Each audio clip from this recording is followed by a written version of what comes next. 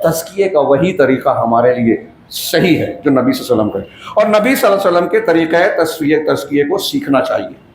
آج ہمارے یہاں جو جماعتیں دعوت و تبلیغ کا کام کرتی ہیں، حکومت قائم کرنے کی بات کرتی ہیں، اور دین کی نشو و نما، دین کی اشاعت کی باتیں لوگ کرتے ہیں، ان کو بھی یہ یاد رکھنا چاہیے کہ ان کی محنت، کوشش، ان کی ساری تگ و دو اسی وقت کامیاب ہوگی جب ان کا سارا معاملہ اللہ کے نبی صلی اللہ علیہ وسلم کی سنت کے مطابق ہو۔ اب تھوڑا سا سرسری سے تذکرہ ہم کریں کہ نبی صلی اللہ علیہ وسلم کا طریقے تزکیہ کیا تھا۔ میں اشارے کروں، ٹائم نہیں ہے۔ بخاری مسلم کی حدیث آپ نے بارہا سنی۔ حضرت معاذ بن جبل رضی اللہ تعالیٰ عنہ پیچھے بیٹھے ہیں، ہاں، آپ کی سواری پر، مطلب سواری پر پیچھے بٹھایا جا سکتا ہے کسی کو، سنت ہے، سنت سے ثابت ہے۔ چنانچہ آپ کہتے ہیں، ان سے سوال کرتے ہیں کہ اے معاذ، کیا جانتے ہو اللہ کا حق بندوں پر کیا ہے، بندوں کا حق اللہ پر کیا ہے؟ تو انہوں نے کہا اللہ اور اس کے رسول بہتر جانتے ہیں۔ آپ نے کہا اللہ کا حق بندوں پر یہ ہے کہ اس کے ساتھ شرک نہ کریں، صرف اسی کی عبادت کریں، صرف اسی کی عبادت کریں، شرک نہ کریں۔ اور بندوں کا حق اللہ پر یہ ہے کہ جب اس حق کو بندے ادا کر دے، توحید پر رہیں، شرک سے بچیں، تو اللہ ان کو عذاب نہ دے۔ اب یا تو توحید پر مرنے والا آدمی یا تو بغیر کسی عذاب کے جنت میں جائے گا، یا اگر جہنم میں گیا بھی تو نکل کر جنت میں جائے گا۔ مستقل عذاب نہ دے کا مطلب یا تو مستقل عذاب نہ دے یا عذاب بالکل نہ دے، دونوں معنی ہے۔ حضرت معاذ نے کہا کیا میں لوگوں کو اس کی بشارت نہ دے دوں؟ کہا نہیں، لوگ اس پہ بھروسہ کر لیں گے، عمل چھوڑ دیں گے، آج کل کے ہمارے اہل حدیث جیسے ہو گئے ہیں، ہم تو اہل حدیث ہیں، عمل کی کیا ضرورت؟ یہ لوگوں نے بھروسہ کر لیا، تو عام لوگوں کو مت بتانا، لیکن حضرت معاذ کو بتایا، مطلب خاص تھے۔ انہیں حضرت معاذ رضی اللہ تعالیٰ عنہ، ایک اور روایت ہے، اللہ کے رسول صلی اللہ علیہ وسلم نے انہیں یمن بھیجا گورنر بنا کے، والی بنا کے، تو کہا یا معاذ انک تأتی قوم من اہل الکتاب، عربی متن نہ پیش کر کے وقت کی بچانے کے لیے میں مفہوم بتاؤں کہ آپ اہل کتاب کے کچھ لوگوں کے پاس آ رہے ہیں، لہٰذا سب سے پہلے تم جس بات کی دعوت دینا وہ یہ ہے کہ اللہ کے سوا کوئی عبادت کے لائق نہیں، اور محمد صلی اللہ علیہ وسلم اللہ کے رسول۔ بعض جگہ صرف اتنا ہی ہے، اگر وہ یہ مان لیں، توحید کو مان لیں، تو پھر بتانا کہ اللہ نے ان پر دن اور رات میں 5 وقت کی نماز فرض کی ہے۔ یہ مان لیں تو بتانا کہ ان پر زکوٰۃ فرض ہے جو ان کے مالداروں سے لے کر غربا میں تقسیم کی جائے گی، فقراء میں۔ یہ پوری حدیث بخاری مسلم کی ہے، اور بھی آگے 2-3 جملے ہیں۔ اس میں آپ کا فرمان کہ سب سے پہلے لا الہ الا اللہ کی تعلیم دینا۔ آج ہمارے یہاں کوئی سب سے پہلے فضائل بتا رہا ہے اور کہہ رہا ہے مسائل کی ضرورت ہی نہیں ہے، اگر شرک رد کرو، بدعت رد کرو، تو کوئی کہتا ہے کہ ارے دیکھو امت میں انتشار پھیلا رہے ہیں۔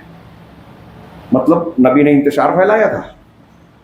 کوئی ایک نبی بتائیے جس نے شرک کو قبول کر کے فضائل بتائے ہوں، حکومت قائم کرنے کی بات کی ہو، دوسری عنوان لگا کے بات کرنا چاہیے ہو، اور جو توحید اور سنت کی بات کرتا ہے، شرک اور بدعت کا رد کرتا ہے، لوگ کہتے ہیں یہ انتشار پھیلا رہا ہے۔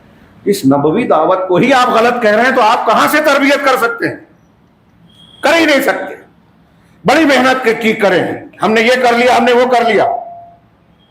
اگر ایک بات دماغ میں رکھیے گا، اگر توحید کی بنیاد پہ ایمان نہ ہو، ایمان کی محنت نہ ہو، تو آپ اگر کسی کو اچھا بنا بھی لیں گے تو اس کی اچھائی مستقل نہیں رہے گی۔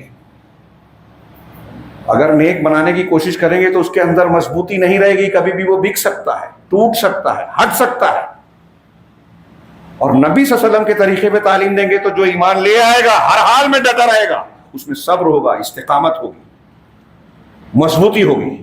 تھوڑی دیر کے لیے سوچئے، حضرت سمیہ مکہ کے زمانے میں پہلی شہیدہ ہیں، ان کے شوہر حضرت یاسر، عمار بن یاسر کے والد حضرت عمار، ابتدائی دور کے ہیں۔ کتنا اسلام ایمان آیا تھا، تھوڑی سی تعلیم تھی، ابو جہل اور مکہ والوں نے کتنے ظلم ڈھائے، آخر میں شرمگاہ پر برچھی مار کے شہید کر دیا۔ ایک خاتون ہے، صنف نازک، پہلی شہیدہ، کیا ایسی بات تھی کہ ابو جہل بھی ہلا نہیں سکا، اور کیا ایسی بات ہے کہ ہماری بچیاں مرتد ہو رہی ہیں؟ دنیا کی لالچ میں پتہ نہیں کون سی چیز محبوب ہے، کافر بن جا رہی ہیں، ہمارے بچے بک رہے ہیں، مسجد اور دین سے زیادہ انہیں دلچسپی موبائل اور دوسری چیزوں میں نظر آتی ہے۔ صحابہ کرام اور ہمارے مزاج میں کتنا فرق ہے، زمین آسمان کا، اس سے بھی زیادہ فرق ہے۔ ہم اپنے آپ کو تسلی اور فریب دیتے ہیں کہ ہم بہت دیندار ہیں، آئے ہوئے نہیں. ہم راستہ چلتے ہیں تو دینداری سمجھ میں آتی ہے، لین دین کرتے ہیں تو سمجھ میں آتی ہے. تو اللہ کے نبی صلی اللہ علیہ وسلم نے کہا سب سے پہلے توحید سکھانا. یہ مان لیں تو نماز پہ آنا، اور اس کی بات کر چھوڑ کے آج ہمارے یہاں لوگ سب دوسری باتیں کرتے ہیں. اور معاف کیجیے گا، الحمدللہ اس معاملے میں یہ ہم فخر سے کہہ سکتے ہیں کہ اللہ کے رسول کی پیشین گوئی کے مطابق ایک طائفہ حق پر رہے گا تو وہ توحید پر رہے گا، اور وہ طائفہ روئے زمین پر کوئی ہے تو وہ اہل الحدیث کا ہے، کوئی مانے نہ مانے. لیکن آج اس کی طرف نسبت رکھنے والے بہت سے لوگ اپنے آپ کو جو اہل حدیث کہتے ہیں، میں کہتا ہوں کہ وہ اہل حدیث نہیں ہے.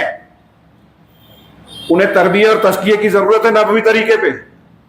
آپ جائزہ لیں اپنا، جو سن رہا ہے، میں خود اپنا بھی جائزہ لوں. ہم کہاں ایک ہوتا ہے عمل میں کوتاہی، ایک ہوتا ہے فکر اور منہج کی خرابی. عمل میں کوتاہی ہلکی بات ہے، منہج اور فکر کی غلطی بہت بری بات ہے. اور یہ تو تمام اہل بدعت میں ہے، اہل الحدیث کے علاوہ. منہج ہی غلط ہے، محنت کرتے رہیں، قبول ہی نہیں ہے، کیونکہ سنت کے خلاف ہے. اللہ کے من عمل عملا لیس علیہ امرنا فہو رد. تو نبی کریم صلی اللہ علیہ وسلم کے تذکیے میں نے 2 حدیثوں کی طرف اشارہ کیا.